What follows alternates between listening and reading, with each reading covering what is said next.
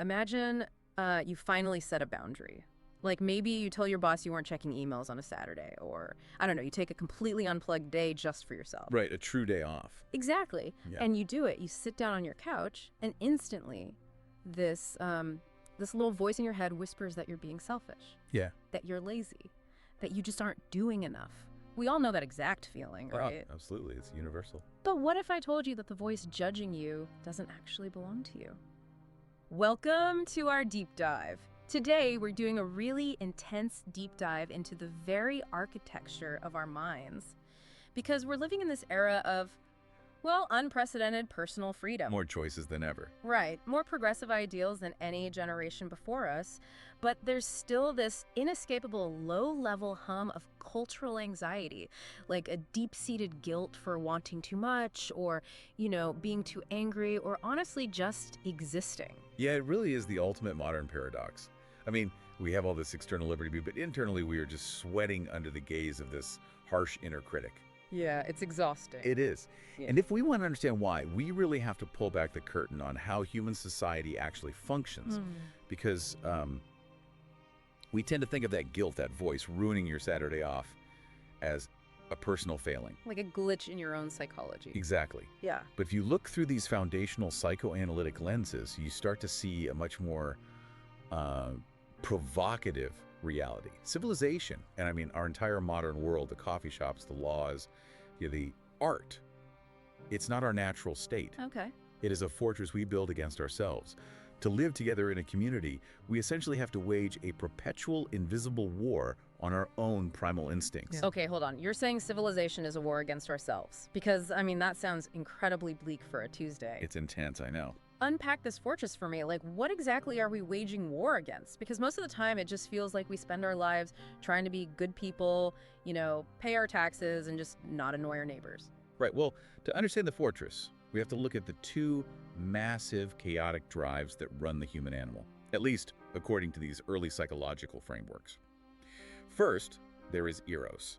Which is usually associated with romance, right? Usually, yeah, but it's much bigger than that. Yeah. It is the drive for union, creation, raw pleasure, and unbounded connection. It's the part of you that wants to, eat the entire cake. Oh, I know that part. Right.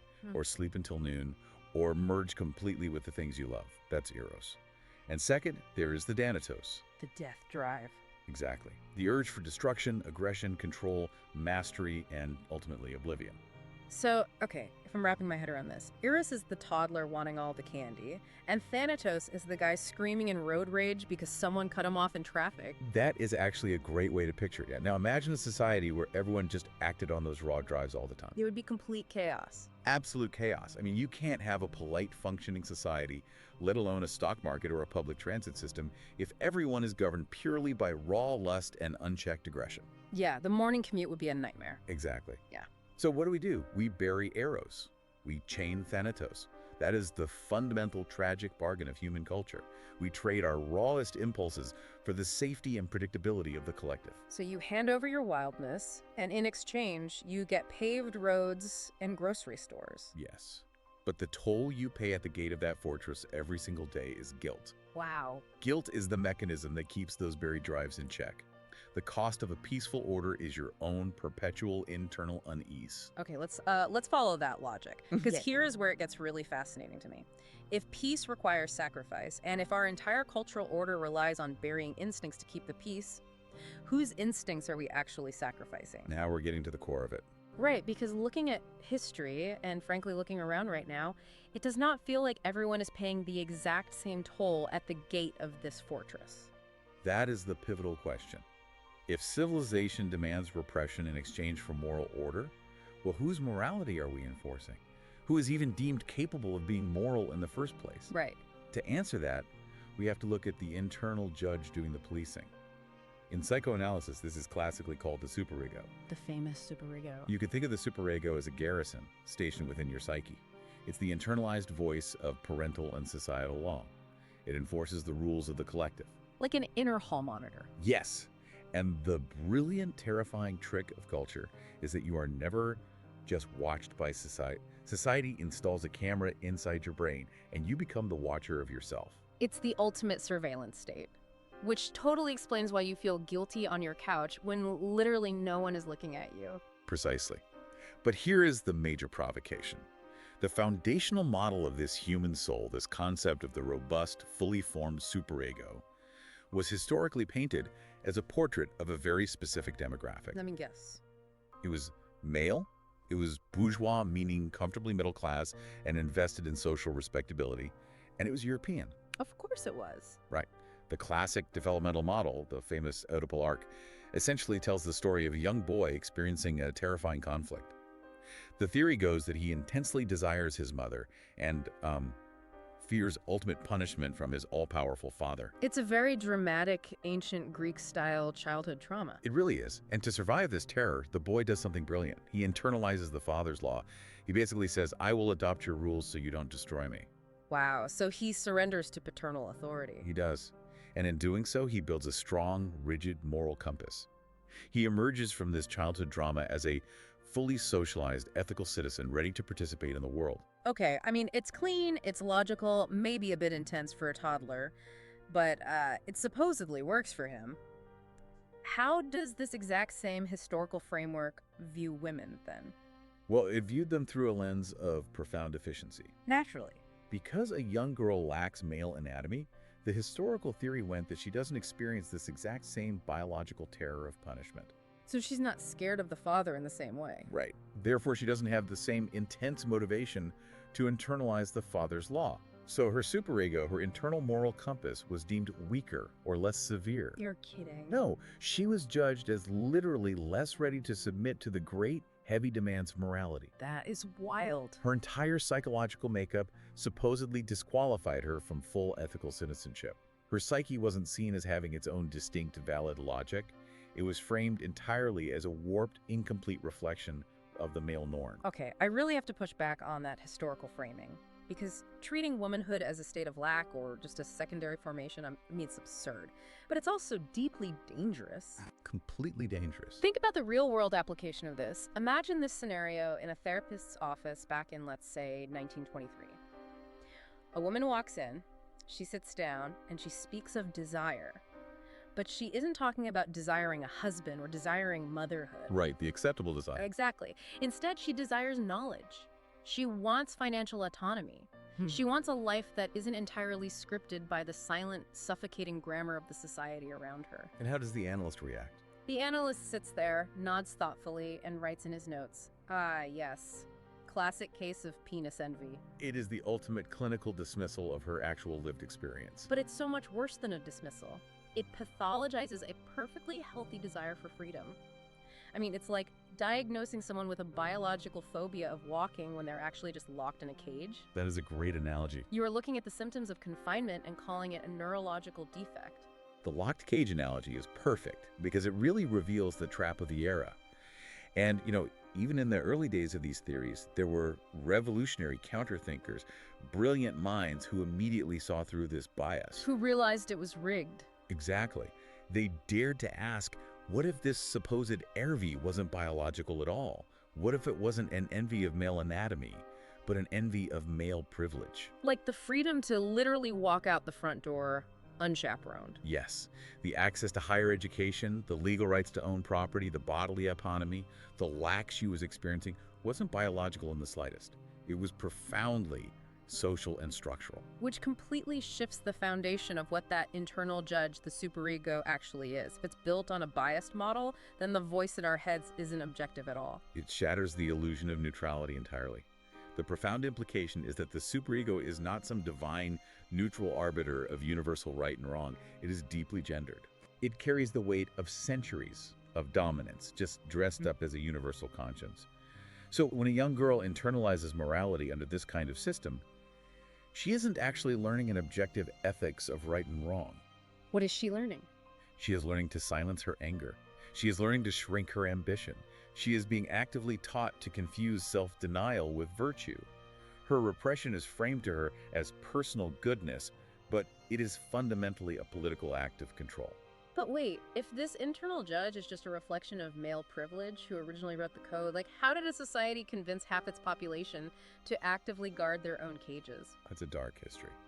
If we look back at the foundational myths that supposedly built our culture, the stories we tell about the dawn of civilization, how did this gendered architecture get installed in the first place? To answer that, we really have to look at the primal myth of culture's origin. It's often referred to as the myth of the primal horde. Okay, I'm braced. The story goes that in the dawn of humanity, there was a single, all-powerful father who monopolized all the resources and all the women of the tribe, violently exiling his sons. Standard prehistoric behavior. Right. Well, eventually, the exiled brothers unite, they rise up, they kill the all-powerful father, and in a primal, ritualistic act, they devour him. Wait, they ate him. That is incredibly cinematic and bloody, but how does eating the father create morality? Because by consuming him, they absorb his authority. But crucially, they are overwhelmed by a paralyzing guilt for their patricide. Oh, there's the guilt again. Exactly. To manage this agonizing guilt and to ensure they don't just endlessly kill each other in a power vacuum, the brothers institute the first social laws and taboos. What were the rules? The rule becomes no killing the symbolic father and no taking the women of the tribe. From this primal crime, this shared guilt over patricide springs religion, morality, and the very foundation of social law. Okay, I hear the mechanics of it, but there's a glaring, massive absence in this entire narrative. Where are the women? You noticed that? I mean, in this foundational story of human morality, they are just the background scenery.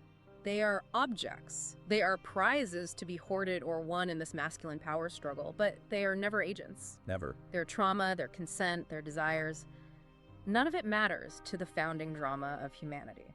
It makes me want to ask a much more provocative question. Go for it. What if the real primal crime wasn't patricide? What if the true foundation of culture wasn't the sons killing the father, but the systematic, deliberate erasure of the mother's subjectivity? What if the original sin of civilization was matricide? That is a staggering reframing. And honestly, if you follow that thread, it fundamentally reorients how we view those two primal drives we discussed earlier, Eros and Thanatos. Because they're tainted by that original sin. Yes. If the very foundation of culture requires the erasure of female subjectivity, then the drives themselves become fiercely, undeniably gendered. Think about Thanatos, the drive toward aggression, control, and annihilation. Historically, male Thanatos is glorified. It is channeled into honorable war, into the conquering of nations, into the brutal, competitive engine of industry. It is seen as a necessary, even heroic, building block of the world. But female aggression? Oh, exactly. What happens to female aggression? It's labeled monstrous. It is witch-like. It's a personality disorder. It is deemed deeply unnatural. And you see the exact same dynamic applied to Eros, the drive for creation, pleasure, and connection. Male Eros gets what psychoanalysts call sublimated. Let's define sublimation for the listener, just so we're clear on the mechanism here. Sure. Sublimation is the mind's way of taking a raw, unacceptable urge and redirecting it into something socially acceptable and productive. So it's like recycling energy. Exactly. You take your raw, aggressive Eros, and instead of acting out wildly, you channel it. A man's ambition and creative drive become a symphony, a new philosophy, a multinational corporation. Oh. He builds the world with his sublimated Eros. But female Eros. For centuries, society allowed it only one sanctioned, acceptable outlet: motherhood. And everything else? Everything else. Her intellectual curiosity, her artistic drive, her desire for sexual autonomy was heavily pathologized. If she wanted to write novels or lead a political movement or explore the world, society didn't call it ambition. Society diagnosed her with hysteria. Or just dismissed her as vain and selfish. Exactly. So what happens when you dam up that massive river of human energy? Because, energy doesn't just vanish. No, it never vanishes. Sublimation requires an open channel. If you dam up all the channels for female ambition except for one single acceptable route, that energy goes underground. It builds up. It ferments. The unspoken rage, the stifled creativity, the forbidden curiosity, they are pushed deep into the unconscious. And this brings us to a core, undeniable mechanic of the human psyche: repression breeds return. The repressed doesn't just quietly go away and die. It haunts the system. It always haunts. Historically, it returned as physical symptoms. In the 19th century, it manifested as the epidemic of fainting spells and mysterious paralysis. The classic Victorian fainting couch? Right. In the early 20th century, it was categorized as nervous disorders, or they prescribed the rest cure. Which was basically just locking women in a quiet room. A literal cage. And today, you could argue it returns as the profound epidemic of free-floating anxiety and exhaustion. But the return of the repressed doesn't just happen on an individual psychological level. It's bigger than that. Much bigger. When half of humanity's Eros has been systematically buried and denied its natural expression for centuries, it doesn't just cause individual anxiety. It erupts on a civilizational scale. Like a cultural earthquake. Think about the #MeToo movement a few years ago. Look at the visceral outrage in courtrooms, the millions of women marching in the streets globally. Right. Through this psychoanalytic lens, that wasn't just a political shift or a hashtag. That was a volcanic eruption of a century of sublimated silenced testimony. It was Eros, the drive for truth, life, and bodily autonomy, finally breaking through the rigid architectural walls of a Thanatos-driven culture. But the architecture always fights back, doesn't it? Because whenever you have a massive energetic release like that, you immediately see the backlash. Always. We see it everywhere right now. The frantic policing of gender expression, the aggressive rollback of reproductive rights. When I look at that, it doesn't just look like standard legislative policy, it looks like profound panic. Yes, systemic panic. It is the panic of a system that is absolutely terrified of the uncontrolled body. To use an analogy, it's not a bursting dam. It's like a legacy software system throwing massive error codes because the users are suddenly operating outside the original biased programming. The system is crashing. Right, the system is just flashing red, screaming, "Return to original parameters, get back in the box." The panic is palpable because the structural integrity of the entire cultural fortress feels threatened by that unpredictable energy. But if we pull back and connect this to the bigger picture, we have to recognize the full scope of the tragedy here. It's not just a one-sided issue. No, this isn't just the simplistic battle of men versus women. The gendered superego, this biased internal judge, is a poison that we all internalize. The logic of this system mutilates everyone who participates in it, regardless of gender. How does it mutilate men, though? Men are taught from infancy to suppress their vulnerability, to bury their own tender Eros and rely on aggressive Thanatos as their primary tool of engagement with the world. Women are taught to suppress assertion, to deny their Thanatos and restrict their Eros to caretaking. So the man who cannot cry and the woman who cannot rage are both victims of the exact same cultural machinery. Exactly. The machinery that fundamentally confuses emotional suppression with strength and submission with virtue. Precisely. We are all warped by the demands of the fortress. Okay, so we look at all of this. We see the bias, superego, the buried instincts, the historical silencing, the error codes flashing in our culture, and the natural conclusion seems obvious. Well, yeah, the cure to all this repression is liberation, right? Total freedom, empowerment, breaking the chains, living authentically, speaking our truth. If the old system was built on silencing us, then radical freedom fixes the problem. And here is where we must confront the darkest, most layered, and arguably most uncomfortable paradox of this entire philosophical dialogue. Uh-oh, I feel a rug pull coming. What if the modern fantasy of the true, authentic self is just that, a fantasy? What if the very act of modern liberation is, in itself, just another, more insidious form of repression? Wait, hold on. You're going to have to walk me through that. How can liberation be a form of repression? That feels like a total contradiction. If I am finally free to be myself, how am I repressed? Because we operate on this very romantic assumption that beneath all the layers of societal conditioning, there is a pristine, perfect, authentic self just waiting to be unleashed. Right, the real me. But the psyche is a chaotic battlefield of competing drives. Even our deepest desires are shaped by the language, the advertisements, and the power structures we are born into. So we can never be totally pure of influence. Right. So when we are handed this modern, progressive mandate of liberation, we aren't actually escaping the rules. We are often just being handed a new set of commandments. I think I see where you're going with this. The modern woman, for example, is no longer told to be quiet and submissive by the culture at large. Now she is told she must be fiercely confident. Oh. She must lean in to her career. She must have an immaculate 10-step self-care routine. She must set impenetrable boundaries, be totally sexually autonomous, professionally dominant, and constantly, relentlessly choosing herself. So we fought off the patriarchal ghost, the strict Victorian father figure judging us, only to be haunted by a ghost wearing a girl boss t-shirt. That is the perfect way to put it. Yeah. The guilt hasn't vanished.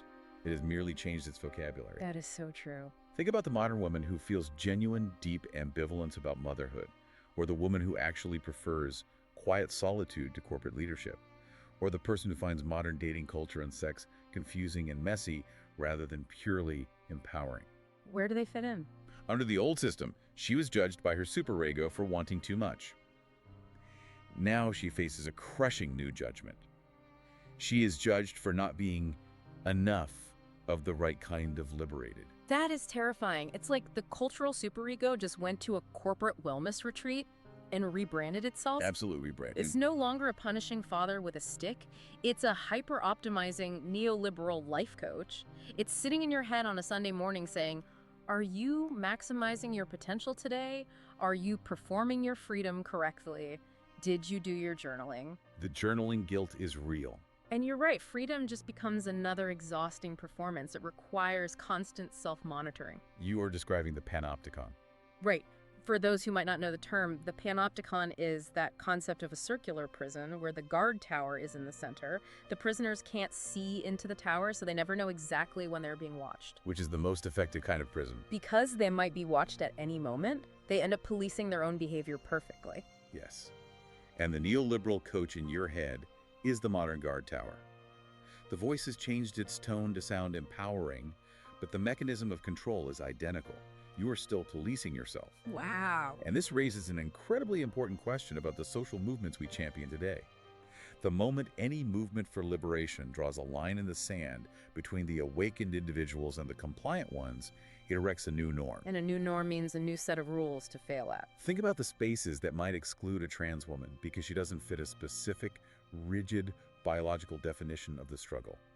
Or the intense judgment cast by some progressives on a religious woman who chooses to wear a veil, framing her as hopelessly oppressed because she doesn't perform freedom the way they do. Or the mother who genuinely chooses domesticity. Yes, she is sneered at in modern circles as being complicit in her own subjugation. In every single one of those instances, a new boundary is drawn, and wherever there is a boundary, there is a new superego enforcing it, and someone is inevitably being cast out. It's the exact same fortress, just with different, more colorful flags flying on the walls. We are still demanding that someone, somewhere, bury their instincts and their truth to maintain the comfort of the new collective. We can't help it. This brings us to a profound, almost dizzying philosophical abyss. The terrifying truth here might not just be that the historical models of the mind were biased against women or marginalized groups. What's the real terror? The truly terrifying thought is that those grim historical models were actually right about the fundamental mechanism of culture. Every culture, no matter how progressive, no matter how fiercely egalitarian it strives to be, requires sacrifice. It does. There is no utopia without guilt. There is no collective identity without some form of profound individual loss. That is the bitter pill that modern society is so reluctant to swallow. We love clear heroes and villains, but the truth is we are all active participants in the system we are trying to critique. We're all in the matrix. The analyst and the patient, the oppressor and the oppressed, the radical activist and the compliant bystander, these aren't always distinct, separate people. There are positions that each of us rotate through, sometimes in the exact same afternoon. So what do we do with this? If we can't escape the fortress, what's the point of analyzing it? The goal of interrogating these ideas, of having this kind of deep dive, cannot be to abolish repression entirely. That is a utopian fantasy. It is impossible for a society of millions to function without some level of behavioral containment. Right, we need the traffic lights. Exactly. The goal must be to make the repression double. We have to stop acting like our internal guilt is ultimate truth, and instead constantly interrogate it. Whose repression is serving whose peace? Who currently holds the knife that carves the boundary between what is acceptable and what is abject? It changes everything when you stop looking for a flawless moral high ground and instead just start looking at the mechanics of the compromises we are making every day. You realize that you feel this cultural tremor not just when you are being oppressed, but when you are the one doing the policing. When you silently judge another person for their choices at the grocery store, or when you perform a loud confidence you don't actually feel just to fit the narrative of what strength looks like today. It's all the same mechanism. You are showing how deeply the logic of civilization is running in your own veins. And recognizing that is not a failure of your ideals. It is simply acknowledging the reality of your human condition. The greatest illusion we suffer from is the promise of total wholeness. What do you mean by wholeness? The idea that if we just read the right books or do the right therapy, we will eventually arrive at a state of being where nothing is lost and nothing is silenced. Oh, I see. Instead of chasing that fantasy, we have to learn to mourn the parts of ourselves that don't fit the story. rather than pretending we can integrate every single piece of our primal nature flawlessly. It really leaves us sitting in this vibrating, uncomfortable silence. Because if the fortress is permanent, if every culture is founded on some form of repression, the question isn't, how do we completely escape the fortress? No, that is it. The question is, what kind of repression do you choose to live with? Which framework allows for the most humanity, the most mourning, and the most questioning? It forces you to look inward, past the hum of that cultural anxiety, past the guilt ruining your day off, and past the performance of the modern optimized self. It trips away all the illusions. It brings us right back to that contradiction we started with, the shiny freedom we claim to have versus the heavy guilt we constantly feel. And it leaves you with this one final haunting question to mull over as you go about your day. What's that? When you stand up and demand your freedom, whose silence are you requiring to hear your own voice?